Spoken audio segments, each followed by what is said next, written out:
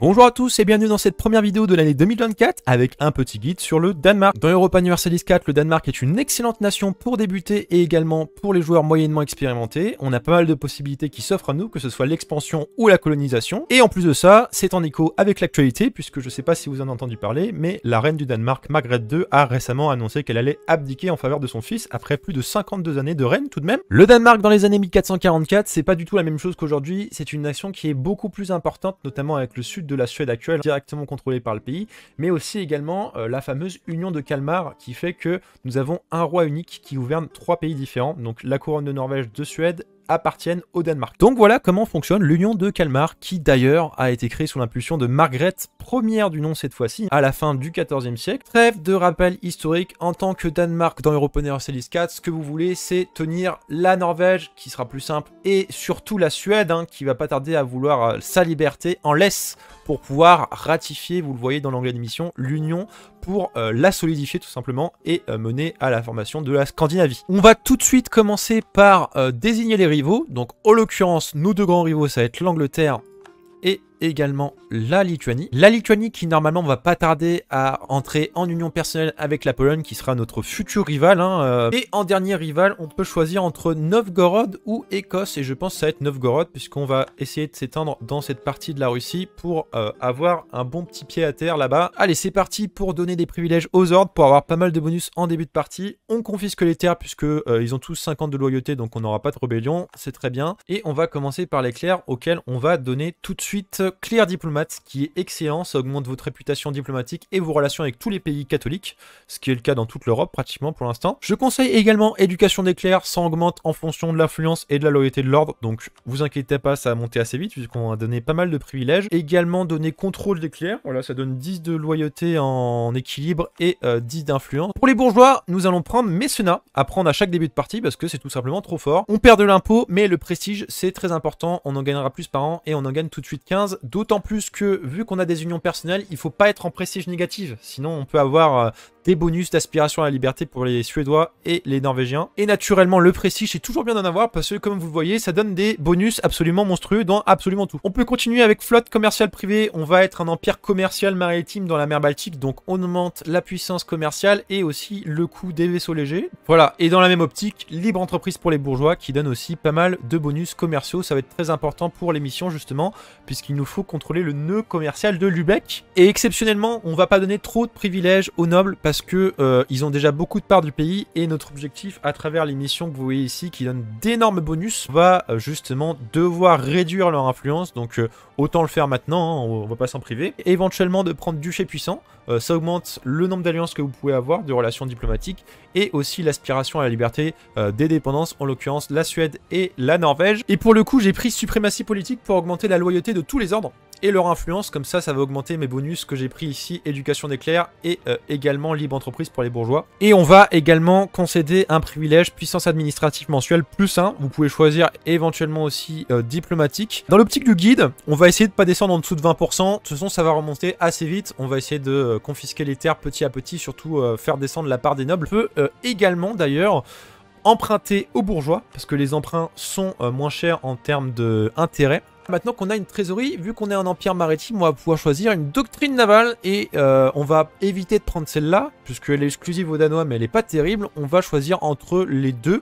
puisqu'on va avoir beaucoup de galères, donc augmenter leur combativité, c'est très bien. Je pense que je vais prendre celle-là, parce que je suis dans une optique de empire commercial danois, donc puissance commerciale plus 33%, c'est très très bon. Donc voilà, le commerce est très important, c'est pour ça qu'on va construire pas mal de navires commerciaux pour essayer d'avoir plus de parts dans le nœud de Lübeck et lutter contre justement la Ligue ancienne avec la ville de Lübeck. Allez, c'est parti pour développer l'armée. On va essayer de compléter cette mission-ci. Ils nous disent d'avoir plus de galères. Pour l'instant, on voit dans la flotte qu'on en a 8 galères, donc on va en recruter 4. Une ici, une ici, une ici. Ça fait 4. Et on va pouvoir augmenter la limite terrestre en engageant la compagnie libre qui est la moins chère. Allez, on va convoquer les états pour voir vers quoi ça nous oriente. Éventuellement, valeur fiscale, Gotland appartient à Danemark, ça c'est très bien parce que c'est notre objectif qu'on voulait faire dès le 11 décembre, si on peut lancer la guerre ce serait très cool, conquérir cette petite province. Et vous voyez qu'on est en bordure de Saint-Empire romain germanique, donc c'est un petit peu compliqué de s'expandre par là. Et éventuellement, on peut essayer de choper une alliance avec l'empereur si possible.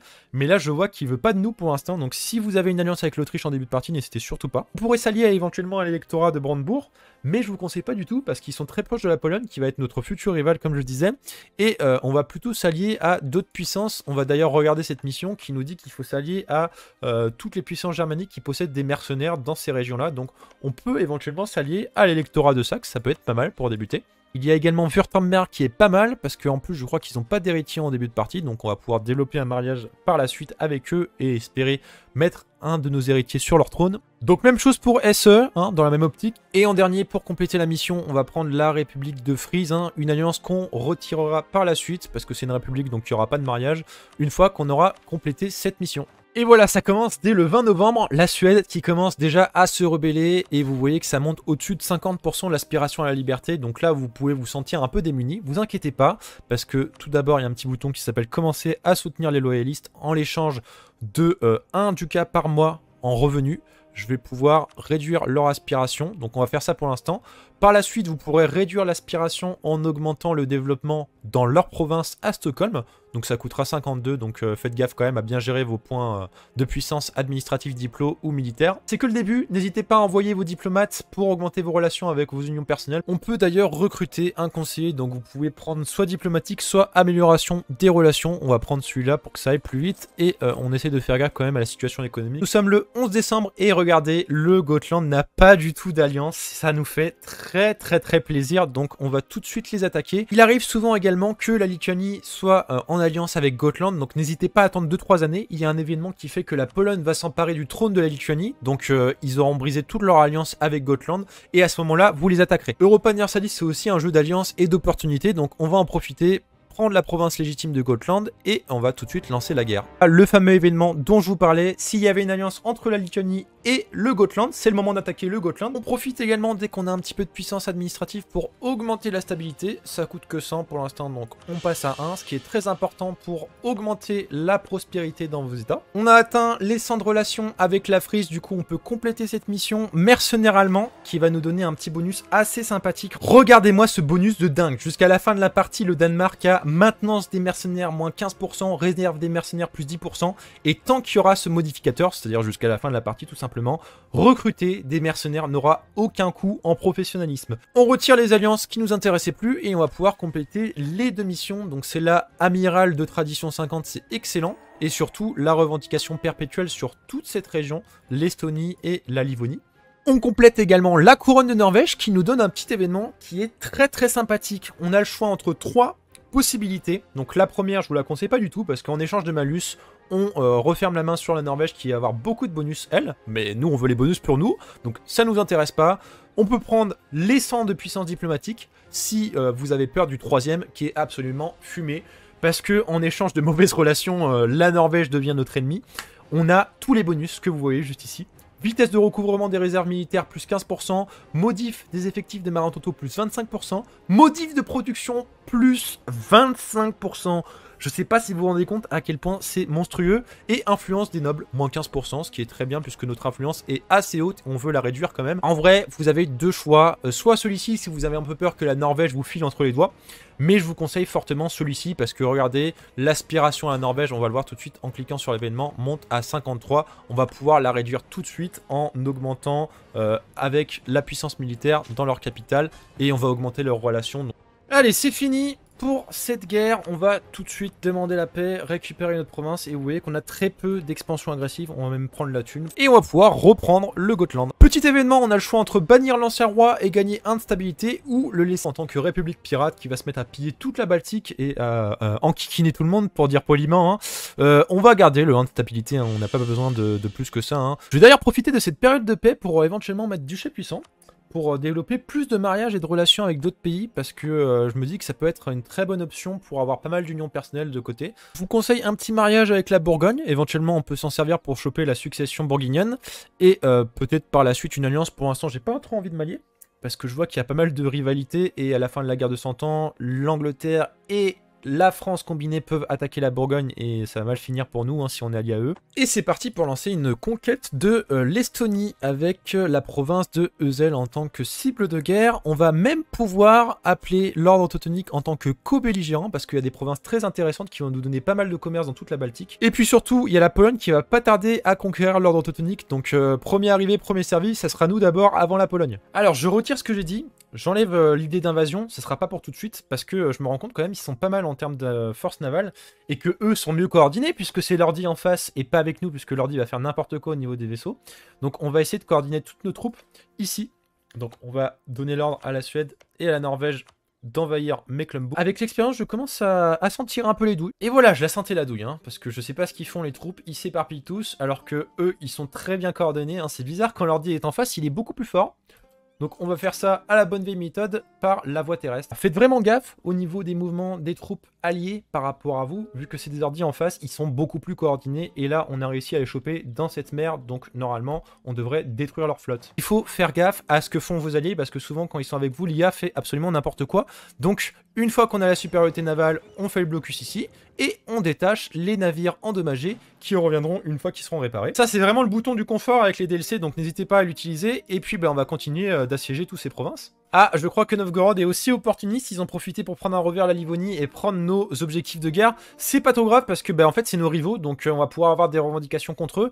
Et regardez, on peut même faire ceci pour inciter la Suède à revendiquer les provinces qu'on va souligner tout de suite, donc les provinces limitrophes. Comme ça, on va avoir des revendications en plus une fois qu'on sera en guerre contre Novgorod. C'est parti pour prendre en paix séparé les provinces à l'ordre teutonique. Danzig, Königsberg, Memel aussi, ça peut être pas mal, comme ça on va pouvoir connecter avec le reste de nos conquêtes. Et on va également prendre... Est-ce que c'est gourmand, Marienbourg? Ouais, allez, vas-y. Et en plus de ça, on va prendre la thune. Je pense que ça suffit. Et nous sommes 7ème dans le tableau des grandes puissances. Ça nous donne pas mal de bonus, c'est plutôt cool. On va pouvoir avoir des actions diplomatiques d'influence. Voilà, quand je vous disais qu'il fallait réduire l'influence des nobles et que je voulais faire cette petite quête juste ici, révocation des privilèges, c'est justement pour ce genre d'événement qui est très désagréable. Donc là, je vais avoir une révolte de 14 régiments de nobles. J'emmène tous mes troupes à Königsberg et je clique ensuite, ça devrait aller. Faites gaffe à ce genre d'événement, c'est très important. Maintenant, je vais en profiter pour conquérir l'ensemble du territoire. Malgré l'expansion agressive, normalement, il ne devrait pas y avoir de coalition. Parce que j'ai pas envie que la Pologne et la Lituanie me douillent, comme actuellement, à prendre les territoires une fois que j'ai tué toutes les troupes. Alors, il est possible que j'ai un peu forcé la main sur les conquêtes et l'expansion agressive aussi. Du coup, on va chill un peu et se calmer. C'est faux. C'est faux. Moi, je suis pas un homme comme ça. Envoyer des insultes, j'insulte tout le monde. Hop, on gagne de la démonstration de force et on va conquérir Novgorod. Alors, à savoir que l'expansion agressive fonctionne en fonction des cultures et en fonction de la religion. Donc, si on conquiert des provinces orthodoxes ou d'une nation orthodoxe, on aura beaucoup moins d'expansion agressive de ce côté-là. Donc, normalement, ça devrait aller. Même type d'événement que pour la couronne de Norvège, à travers la mission couronne de Suède, on a 3 choix. Donc, même chose, le premier choix est jamais le bon, parce que ça nous donne des malus à nous et c'est pas ce qu'on veut. On a 100 de puissance administrative, ou alors, même chose, la Suède est un rival séculaire et vous avez des bonus absolument juteux jusqu'à ce qu'il soit encore dans l'Union de Kalmar. Donc je pense qu'on va prendre ça. Ça va monter pas mal. Ouais, ça monte à 79. C'est pas grave parce que, je le rappelle, en augmentant le développement dans la capitale de Stockholm, on réduit de 5% l'aspiration à la liberté. Donc on va monter 2 de militaire, 2 de ça et 2 d'administrative. Et normalement, il devrait être assez content. Vous allez me dire, mais pourquoi tu utilises des points pour tes vassaux? Par la suite, on va les intégrer. Donc, ça sera nos futures provinces. Et puis, comme ça, on gère le problème de l'aspiration à la liberté. Vous pouvez également soutenir les loyalistes, si vous le voulez. Comme ça, vous êtes à l'abri de toute rébellion et dépasser les 50%. Je le répète, si vous êtes débutant, n'hésitez surtout pas à prendre la deuxième option parce que vous aurez du mal peut-être à gérer l'aspiration à la liberté. Moi, je préfère prendre ça. Regardez les bonus que ça donne, c'est assez démentiel. Cumulé, bien sûr, à la couronne de Norvège rabaissée. Donc autant vous dire qu'on est vraiment au max. Ah, enfin un héritier, ça fait plaisir étant donné que mon dirigeant est stérile, j'avais un peu peur de la succession. Et il est pas trop mal. C'est fini pour cette guerre, on va pouvoir déclarer la paix. Avant ça, on va promulguer une réforme et j'hésite entre les deux, à savoir celle-ci, plus de thunes et moins d'influence des nobles, ou alors celle-là qui est vraiment absolument fumée. Motif de coût de la stabilité, moins 15%, plus de légitimité annuelle et surtout le privilège levé accru, c'est-à-dire ce petit privilège qui offre pas mal de réserves nationales, aura plus de malus pratiquement à part la modif d'impôt. Ça me semble vraiment très fort, rien que ça, modif de stabilité, moins 15%, c'est vraiment fumé. Et on va pouvoir déclarer la paix à Novgorod. Il nous fallait les 2 provinces que voici. Et en plus, on va regarder dans l'arbre de mission après. Ça donne revendication perpétuelle sur toute la Carélie, donc ici. On va même pouvoir prendre la thune 110, c'est vraiment pas mal, c'est cool. Et pas trop d'expansion agressive, donc c'est un très bon traité, ça me semble vraiment cool. On va accepter la mission pour avoir le petit bonus, comme ça la culture estonienne est acceptée, comme ça on n'a plus de malus.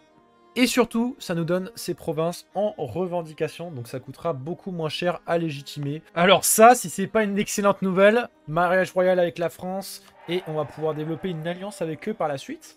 Et on a intégré le Holstein, du coup on va avoir le petit malus d'intégration d'un vassal qui va être retiré grâce à cette quête, et on va avoir un petit bonus de 50 puissances militaires, administratives et diplomatiques. Donc nickel. Et en plus de ça, en parallèle, j'ai développé mes relations avec la France, les amis. Donc forcément, petite alliance avec la France.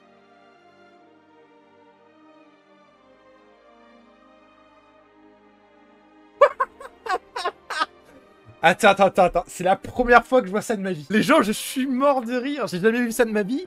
J'envoie une demande de mariage à la Hongrie qui avait un dirigeant qui avait 53 ans, donc je dis bon, bah, on va saisir la chance. Qu'est-ce qui se passe?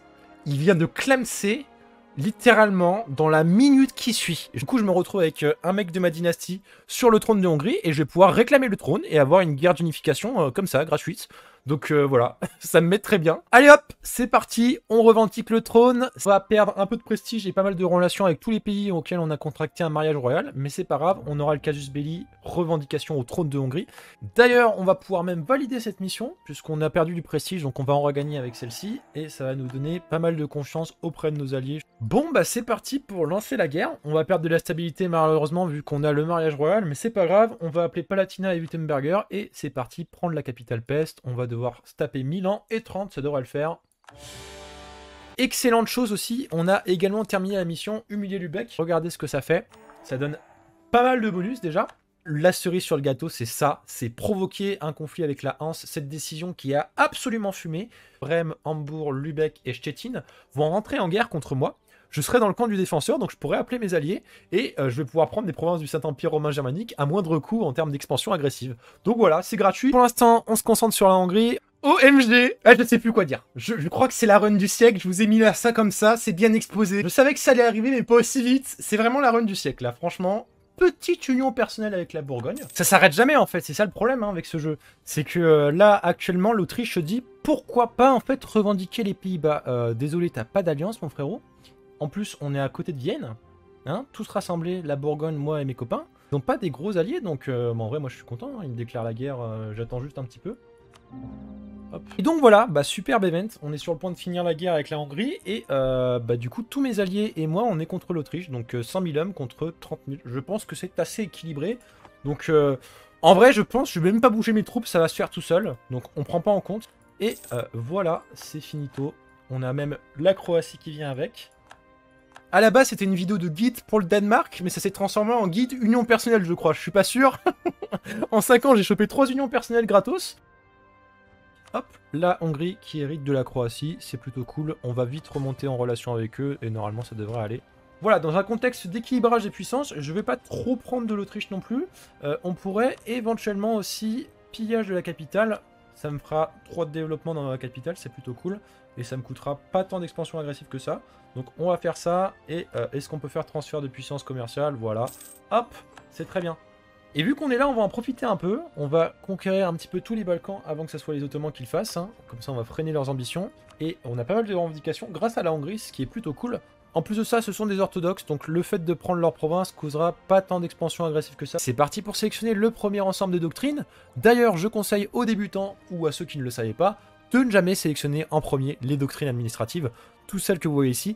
En début de jeu, vous voulez tout simplement rush vers le palier 7 qui est très important puisque vous allez débloquer un deuxième ensemble. Et en plus de ça, les points d'admin sont extrêmement importants en début de jeu puisque vous allez les utiliser pour légitimer toutes les provinces. Donc voilà, c'est le tips, jamais prendre d'admin en premier. Donc moi de mon côté je pourrais partir influence pour le coup d'annexion diplomatique -25 hein, pour le début de jeu c'est très bien pour moi vu ma configuration. Également militaire vu que je suis sur une optique de conquête. Mais je vais aller à contresens. Au début de la game je voulais partir colonial. Je vais partir colonial colonial avec les doctrines d'exploration. Et on va essayer de faire tout en un dans cette vidéo. Expansion, colonialisme, tout ce que vous voulez. En tout cas, vraiment cool cette mission. Vous n'êtes même pas obligé de partir colonial, hein. Le jeu vous donne tous les instruments pour le faire sans avoir la doctrine. Donc n'hésitez pas à prendre autre chose, hein. Diplomatique, aristocratique, qualité. Moi, c'est ce qui me tapait un peu dans l'œil. Mais moi, je vais partir full colonial. Ça peut être très marrant, je pense. On a quand même le superbe giga Chad Alfred Norby, là. Augmenté en plus 3. Il va nous coûter 2 par mois. Pour plus 3, c'est vraiment exceptionnel, hein, grâce à cette mission. On va pouvoir également définir l'intérêt national sur le diplomatique pour rattraper notre retard et adopter aussi les doctrines en avance, comme ça on aura l'innovation. Et avec le conseiller, justement, on peut explorer le fameux Groenland, donc c'est plutôt cool. Et je pense qu'on va chill un peu parce que, regardez, on a quand même pas mal de lassitude, on pourrait baisser. Ce qui m'inquiète surtout, c'est la fameuse expansion agressive. Ce qu'on va faire maintenant, c'est qu'on va s'expandre uniquement vers Moscou. Oh, petit event assez sympathique, Danzig qui produit les pierres précieuses, on va avoir plein de bonus. J'aime, comme dit l'event, ça me fait marrer. Et par la même occasion, on a exploration au Nouveau Monde qui va s'appliquer. Mais attendez, mais l'event est trop cool en fait. J'ai une colonie au Canada gratos. Ah bah let's go. Hop, on va augmenter notre portée coloniale grâce à ça et on accédera aux Amériques plus facilement. Il y a un truc qui m'intéresse dans les Balkans, je crois que les Ottomans sont en guerre contre la Pologne et la Lituanie. Donc soit on attaque la Pologne et la Lituanie, on en profite. Mais vu que j'aime pas les Ottomans et qu'ils ont très peu d'alliés, je pense qu'on peut aller les chercher. Et en même temps, la Moscovie attaque la Grande Horde. Donc vu qu'on est là, ils vont quand même être pas mal occupés, hein. Je pense qu'on peut faire ça d'abord et on va voir qui gagne entre les deux ensuite et on poussera le perdant, on va dire ça comme ça. Parti pour déclarer la guerre aux Ottomans qu'on attend de pied ferme. Vous voyez qu'ils n'ont plus du tout de réserve militaire, donc on en profite. En plus de ça, Karamani qui ne va pas rejoindre normalement. Donc on va prendre Silistre et lancer la guerre. Et regardez, voilà, petit guet-apens, hop, 5000 troupes en moins et c'est parti pour la conquête. Ah oui, et il y avait une croisade déclenchée par le pape, donc merci les Autrichiens, ça fait super plaisir. Voilà, je suis avec tous ces bonus, donc autant vous dire que je suis au max. En parallèle de ça, on va pouvoir commencer l'exploration avec un petit conquistador et l'envoyer à la recherche des cités perdues, explorer un petit peu toute l'Amérique. Vogue et explore-moi tout ça, rechercher les cités d'or, c'est automatique avec le DLC Eldorado, c'est vraiment un truc de fou. C'est parti pour débuter la colonisation. Je pense qu'on va prendre la province de Massachusetts, qui est un carrefour commercial et qui a 10 de développement, c'est quand même pas mal. On va envoyer un petit soldat qu'on a créé au Groenland pour protéger tout ça et que les indigènes ne se rebellent pas, et normalement ça devrait aller. Je sais pas où sont les Ottomans, je crois que c'est mes alliés qui les affrontent, ils sont plus que 15 000, donc autant vous dire que ça se passe pas trop mal. On va essayer de les bloquer en assiégeant cette province, et comme ça la partie continentale ne sera plus accessible, et bah on continue les sièges tout simplement. Ah bah j'ai enfin cette mission, c'est descendu en dessous de 40 d'influence, on va pouvoir faire ceci et du coup il y aura plus du tout de rébellion et de nobles qui vont nous faire chier. Et surtout on a accès à la mission absolutisme danois qui est juste monstrueuse. Il faut juste baisser un petit peu l'autonomie moyenne de mes provinces et on aura accès à jusqu'à la fin de la partie absolutisme plus 20, ce qui est juste phénoménal pour l'ère des absolutismes et une valeur qui est très importante plus tard dans la partie. Et enfin, le fameux événement qui termine la chaîne de révolution en Suède. On a le choix entre tous les massacrer d'homme à homme, c'est-à-dire sur le champ de bataille. Donc il va y avoir des prétendants et des nobles qui vont apparaître un petit peu partout. Voilà, on pourrait le faire vu qu'on est très bien militairement, mais je viens de me rappeler que c'était un guide au départ, donc on va faire ce que vous allez faire dans la plupart des cas, c'est-à-dire prendre le deuxième choix, rassemblons tous les opposants suédois pour trancher la question. C'est-à-dire que l'archiroi du Danemark s'est dit tiens, on va tous les inviter à un banquet. Et il a massacré tous les nobles, tout simplement. Donc voilà, le mal a été fait, on suit le roleplay historique, on va perdre pas mal de relations avec la Suède, mais c'est pas grave, ça va remonter par la suite. Aspiration à la liberté plus 25, normalement il devrait quand même rester à 0, donc ça va, il faudra juste remonter les relations par la suite. Et de ce fait, nous avons validé la mission noblesse suédoise, qu'on va pas valider tout de suite, tout simplement parce que ça donne un bonus de 2 militaires pour notre dirigeant. Sauf que Christopher, il veut pas crever depuis tout à l'heure, ça serait bien qu'il laisse la place à son fils. Voilà, on va d'abord abdiquer pour donner le bonus à Ulrich. En troisième amélioration avec la splendeur, si vous êtes partie coloniale, bah faites la même chose que moi. Colonie plus développée, c'est très bien, comme ça vous aurez plus de développement dans vos colonies. On a bien géré, 84%, ils veulent la paix, donc ça va être le cas. Merci à la Bourgogne qui a géré tous les fights, parce que à part le guet-apens au début ici, où on les a bien entubés, bah il n'y a rien eu d'autre, hein. Donc on en profite, on va prendre toute la thune, parce que c'est toujours bon, les réparations de guerre, on va piller également Constantinople, On gagne 6 de développement dans notre capitale, donc ça se prend. Et on va essayer de prendre quelques provinces en Bulgarie, et aussi également du côté de Byzance pour reformer un petit peu tout ça et après faire des guerres de reconquête. Voilà, c'est déjà pas mal. On peut faire ceci également, comme ça ils n'auront plus de revendications en Hongrie, c'est plutôt cool. Et c'est la paix, on prend pas trop d'expansion agressive puisque ce sont des musulmans. Par contre j'ai pas fait gaffe, mais les Anglais se sont bien servis dans les îles britanniques. On va pouvoir prendre le reste au niveau de l'Écosse. Ah, vous voyez, ce genre d'événement, moi j'aime beaucoup. 800 ducats et on va avoir accès à une super province qui va gagner pas mal de développement. Donc celle-là, on va la coloniser en priorité. Allez, à partir de là, c'est parti pour la conquête de l'Angleterre. On va pouvoir enfin compléter cette mission et construire notre navire amiral. Pouvoir augmenter notre flotte, notamment avec un vaisseau amiral qu'on va construire juste ici. Morale de la flotte, canon et ce qui est bien aussi, c'est durabilité. Voilà, et on en fait 4 autres, ça me semble pas mal. C'est parti pour lancer une petite conquête de l'Angleterre. Normalement, on devrait avoir le temps de traverser. Et puis, de toute façon, je pense qu'on peut appeler même la flotte des Français pour nous aider au cas où. On va les poutrer, je le sens. La province pour les Norvégiens, et c'est parti. On peut également sélectionner une nouvelle aptitude. En 4e, c'est les impôts de guerre. Voilà, on peut d'ailleurs les mettre tout de suite. Regardez, ça va augmenter un petit peu notre économie. On a bien fait de débarquer assez vite parce que, regardez, j'ai perdu une bataille. On n'a pas du tout la supériorité navale puisque on est un peu éparpillé en termes de force. On va pouvoir laisser nos alliés s'occuper du continent pendant que nous, on s'attache à ça. Ah, et encore une fois, ils prennent une mauvaise bataille, donc on va pouvoir les prendre à revers. Hop. Allez, chais.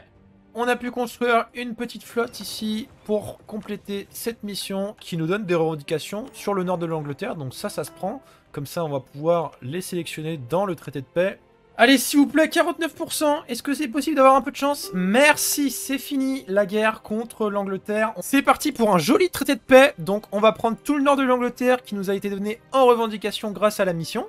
Également une petite province écossaise. Comme ça, on fera une guerre de reconquête pour l'Écosse. Et comme d'habitude, vous êtes habitués, la thune, et on donne rien aux Français, ils vont pas apprécier, c'est pas grave, on s'en fout. On légitime tout ça, et on obtient même, je crois, la suite de la mission qui nous donne la revendication sur tout le reste de l'Angleterre. Alors ça, c'est un super event, vous l'aurez une fois par game, ça donne pas mal de développement à une province. Cette fois-ci, c'est Karelen, j'espère que c'est pas trop mal situé. C'est juste là, en plein milieu de nulle part, donc bon...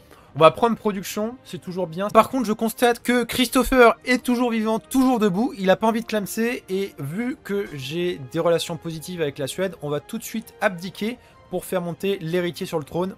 Voilà, on clique sur le bouton, on va perdre de la légitimité, mais ça va remonter assez vite.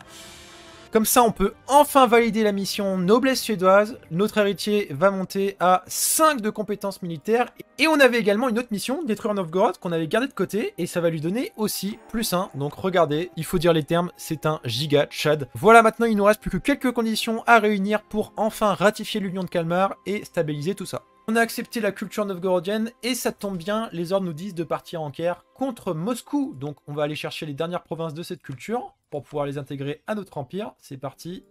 Allez, Moscou, totalement finito. On prend toutes les provinces de culture novgorodienne. Comme ça, on les intègre facilement. Et on prend la thune, bien évidemment. Étant donné que l'expansion agressive a bien baissé dans le Saint-Empire germanique, je pense que je vais utiliser cette décision. Il va falloir faire un petit embargo chez Lübeck. Imposer l'embargo. Brême. Et Hambourg. Embargo sur 3 cités de la Ligue hanséatique. Et on appuie sur cette décision. Et regardez-moi ça, on est en guerre contre 5 cités en même temps. C'est une dinguerie. En complétant la mission Université de Copenhague, vous aurez un petit bonus très sympathique. Regardez, 2 innovations, 50 de points de réforme gouvernementale, c'est très sympa.